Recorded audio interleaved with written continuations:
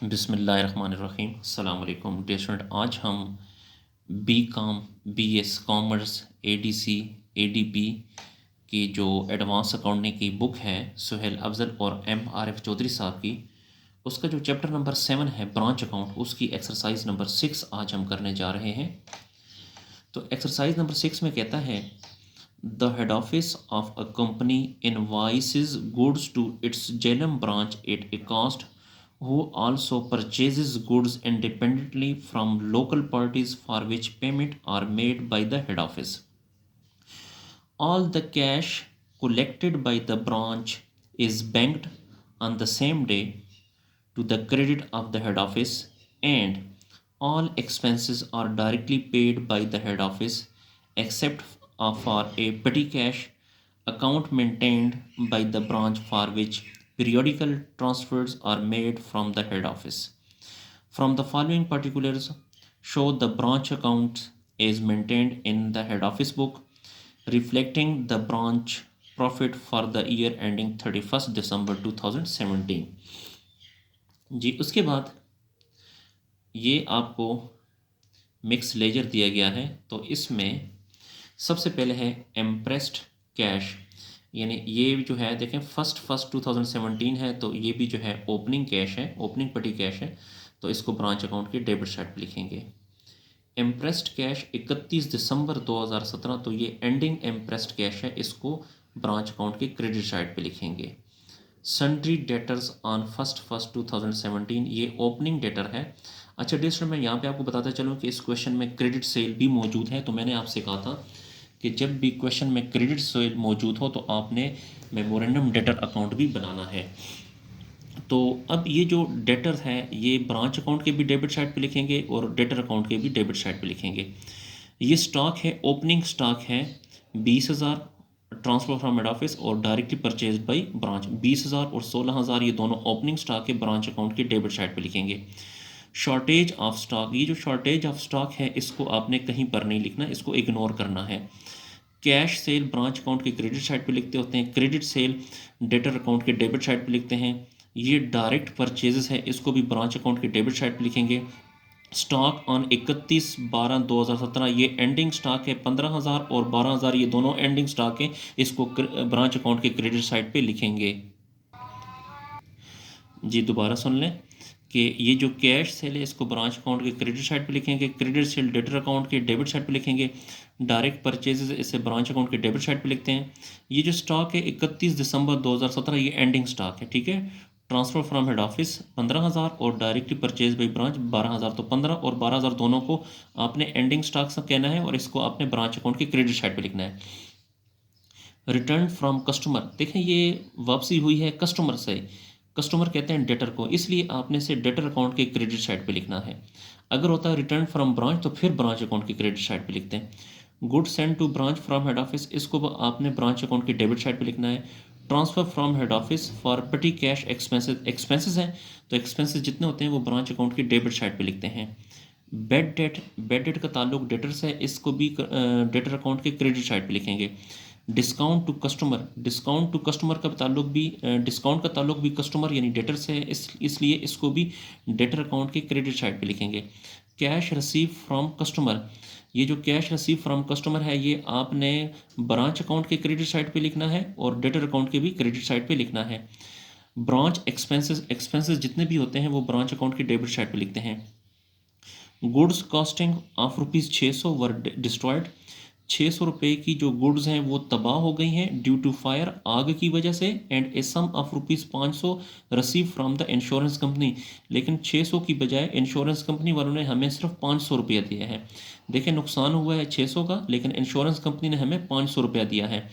तो हमें कितने पैसे नहीं मिले, 100 रुपया नहीं मिला, तो 100 रुपया आपने ब्रांच अकाउंट की क्रेडिट साइड पे लिखना है। तो डियर स्टूडेंट, अब सॉल्यूशन की तरफ चलते हैं, इस क्वेश्चन को सॉल्व करते हैं। जी ये ब्रांच अकाउंट का फॉर्मेट है, तो ब्रांच का नाम जेलम ब्रांच है, तो इसलिए यहाँ पे लिखेंगे जेलम ब्रांच अकाउंट और यहाँ पे हेड ऑफिस बुक और एक्सरसाइज नंबर 6। तो सबसे पहले है एम्प्रेस्ड कैश फर्स्ट 2017, तो यहाँ पे लिखें एम्प्रेस्ड cash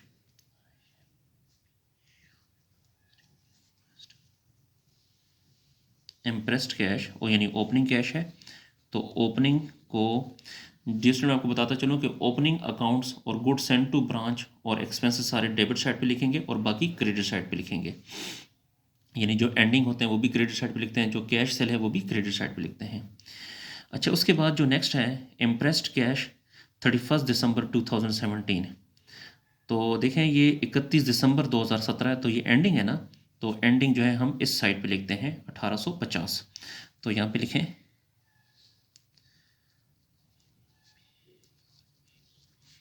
impressed cash 1850। Sundry debtors 1/1/2017 opening debtor है, तो यहाँ पे लिखें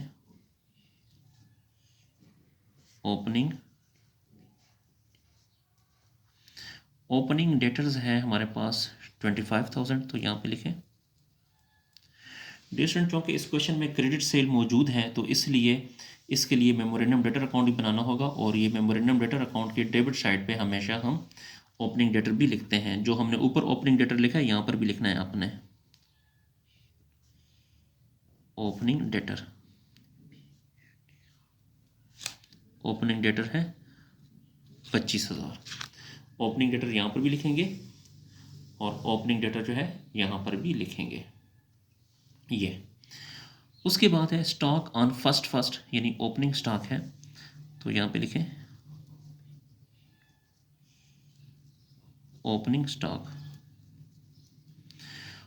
स्टॉक है, एक है ट्रांसफर्ड फ्रॉम हेड ऑफिस जो है 20,000 है, डायरेक्टली परचेज बाई ब्रांच 16,000, तो 20,000 प्लस 16,000, 20 और 16 कितना हो गया 36,000, यहाँ पे लिखें 36,000 जी। फिर है शॉर्टेज ऑफ स्टॉक है, इसको कहीं पे नहीं लिखेंगे। कैश सेल 45,000, कैश सेल को हमेशा क्रेडिट साइड पे लिखते हैं,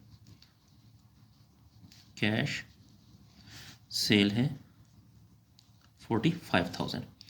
उसके बाद क्रेडिट सेल, जी डियर स्टूडेंट मैंने आपसे कहा था कि जब भी क्रेडिट सेल होती है तो क्रेडिट सेल को आपने डेटर अकाउंट की डेबिट साइड पे लिखना है, तो यहाँ पे लिखें क्रेडिट सेल। जो क्रेडिट सेल है वो है 1,30,000, जिसके बाद फिर ब्रांच अकाउंट में आइए जी। उसके बाद क्रेडिट सेल के बाद डायरेक्ट परचेजेस है 45,000, परचेजेस को भी आपने इस साइड पे लिखना है डेबिट साइड पे, तो यहाँ पे लिखें direct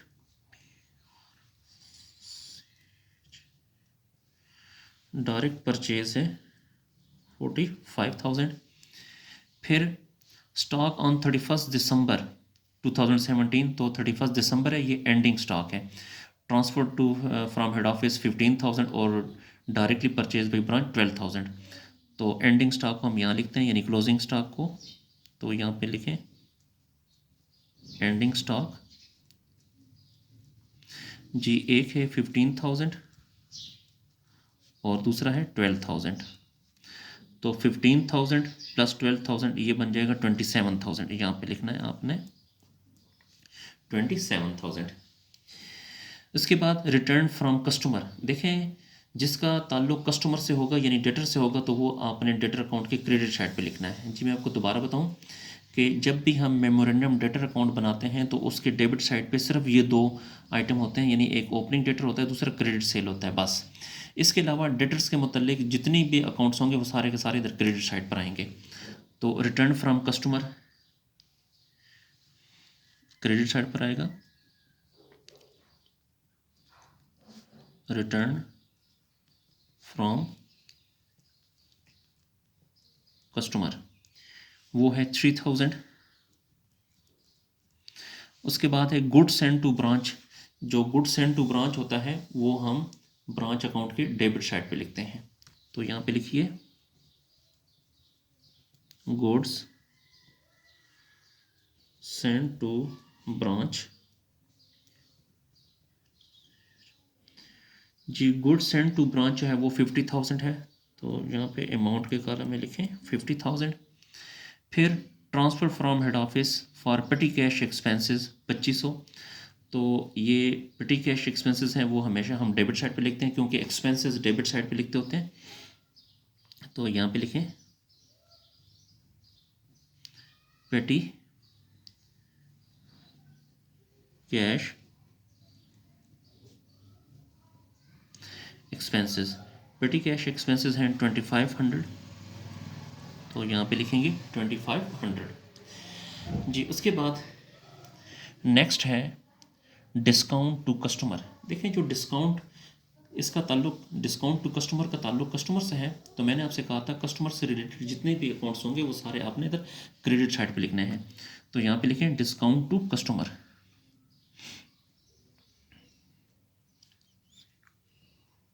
discount to customer, discount to customer है 2000। फिर दोबारा आप ब्रांच अकाउंट में आ जाए। अच्छा, डिस्काउंट टू कस्टमर के बाद है कैश रिसीव फ्रॉम डेटर 1,25,000। जो कैश रिसीव फ्रॉम डेटर्स हैं वो हम ब्रांच के भी क्रेडिट साइड पे लिखते हैं और डेटर अकाउंट के भी क्रेडिट साइड पे लिखते हैं। तो यहाँ पे लिखें cash receive from debtor, cash received from debtor. Cash receive from debtor है, कैश रिसीव फ्रॉम 1,25,000। तो यहाँ पे लिखें 1,25,000।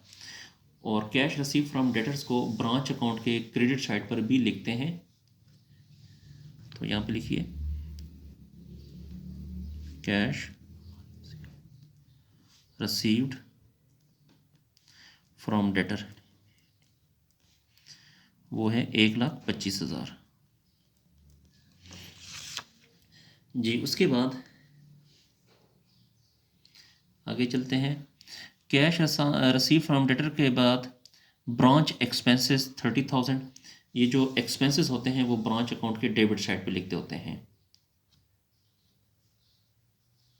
तो यहाँ पे लिखें ब्रांच एक्सपेंसेस कितना है 30,000, डेबिट साइड पे लिखेंगे ब्रांच एक्सपेंसेस हैं 30,000 जी। फिर उसके बाद आगे कहता है कि बेड डेट 1,000।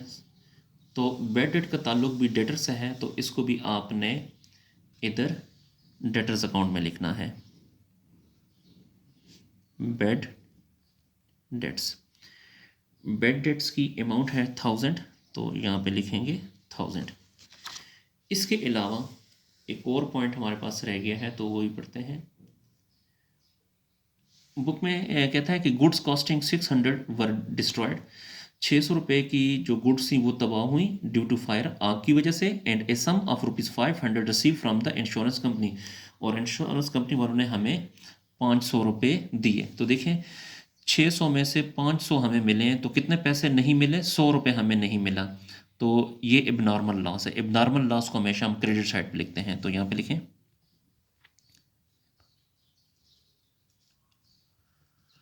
एबनॉर्मल लॉस, यानी 600 का नुकसान हुआ था, उसमें से 500 रुपये मिले, तो कितने पैसे नहीं मिले, 100 रुपया नहीं मिला। तो ये जो 100 रुपया है ये एबनॉर्मल लॉस है। एबनॉर्मल लॉस को हमेशा ब्रांच अकाउंट के क्रेडिट साइड पे लिखते हैं।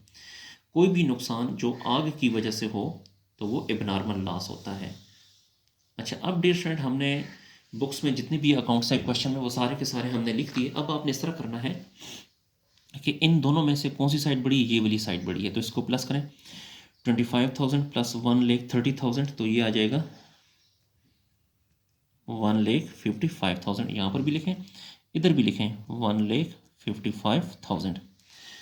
अब 1,55,000 में से 3,000 भी माइनस करें, 2,000 भी माइनस करें, 1,25,000 भी माइनस करें, और 1,000 भी माइनस करें, तो बाकी बच जाएगा 24,000।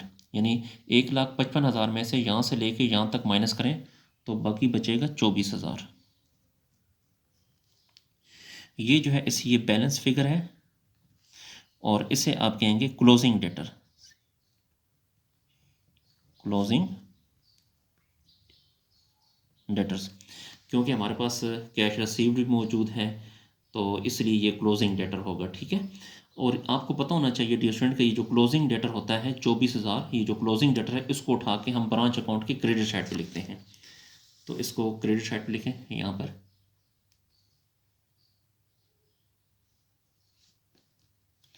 यहाँ पे लिखें क्लोजिंग डेटर,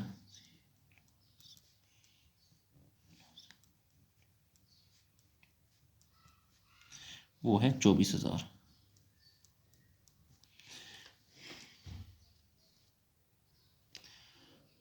और इंश्योरेंस कंपनी वालों ने हमें कितने पैसे दिए थे 500, तो यहाँ पे लिखें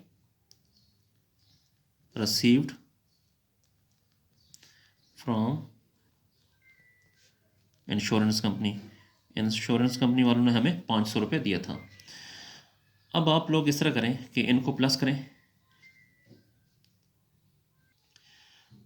तो इनको प्लस करें 1850 जमा 45,000 जमा 27,000 जमा 1,25,000 जमा 100 जमा 24,000 और जमा 500। तो इनको प्लस करने से आता है 2,23,450। तो यहाँ पे लिखें 2,23,450, यहाँ पर भी लिखें 2,23,450, यानी इनको हमने प्लस किया तो ये आया, इसी को यहाँ पर लिखें। इसमें से अब यहाँ से लेके यहाँ तक ये तमाम अमाउंट माइनस करें तो बाकी अमाउंट आपके पास बच जाएगी 32,950। इसे आपने प्रॉफिट कहना है, प्रॉफिट। तो इसके साथ ही डियर स्टूडेंट हमारा जो क्वेश्चन है वो कंप्लीट हुआ। डियर स्टूडेंट, अगर आपको मेरी वीडियो पसंद आ रही है तो मेरे चैनल को लाजमी सब्सक्राइब करें और लाइक करें, और इन वीडियो को अपने दोस्तों के साथ शेयर करें ताकि वो भी इससे फ़ायदा हासिल कर सकें। अगर आपको किसी पॉइंट की समझ नहीं आती तो आप कमेंट सेक्शन में जाकर मुझसे पूछ सकते हैं। अल्लाह हाफिज़।